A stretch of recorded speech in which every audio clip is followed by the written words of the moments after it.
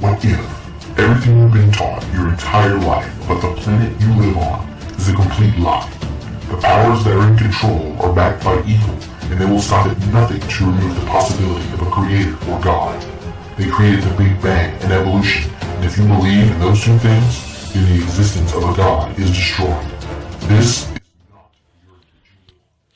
your Veliki pozdrav svima, naravno najveći pozdrav našim pratioцima i ljudima koji zajedno sa nama istražuju istinu, svim ravnozemljaškim kanalima. Evo, mi smo pronašli jedan snimak, zaista mogu reći spektakularan snimak koji dokazuje da Zemlja nije lopta, da Sunce nije udaljeno 150 milijuna kilometara i kao što vidite, ono izlazi iz kraja Zemlje, sa krajeva Zemlje. Pogledajte dobro. Znači, Zemlja je okrugli, ravan disk, mnogo veći nego što mi to možemo da zamislimo. A to moćnici koji vladaju svijetom kriju od nas. Pogledajte, zaista prelijepo. Vidi se, naravno, vidite da je ravno sve, ravan horizont. Ovo je inače snimila NASA. Slučajno ili namjerno, ne znam, ali eto, mi smo pronašli snimak na internetu. Pogledajte Sunce, pa mi recite li onda je udaljeno 150 milijuna kilometara. Ovo nije nikakva montaža, nikakva prevara, nikakva, ne znam šta sad.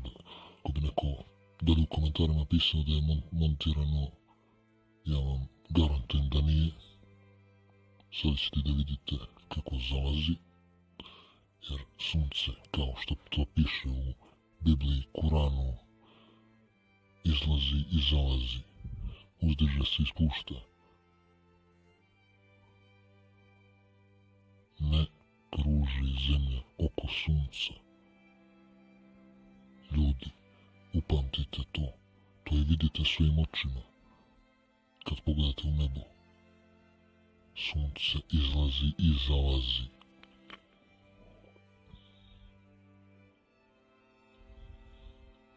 A ovi koji brane heliocentrični model mogu samo sada da se prekrste ako vjeruju u Boga. Ako ne vjeruju, neka snom mrtvim spavaju, jer ovo je najveći i najbolji dokaz da Zemlja nije lopta, već okrugli disk, iznad kojeg se Sunce uzdiže i spušta,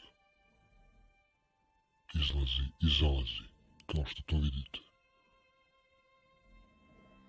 Hvala ljudima koji nas prate, hvala ljudima koji zajedno s nama istražuju istinu i pozdrav svim ravnozemljaškim kanalima. Do sljedećeg snimka.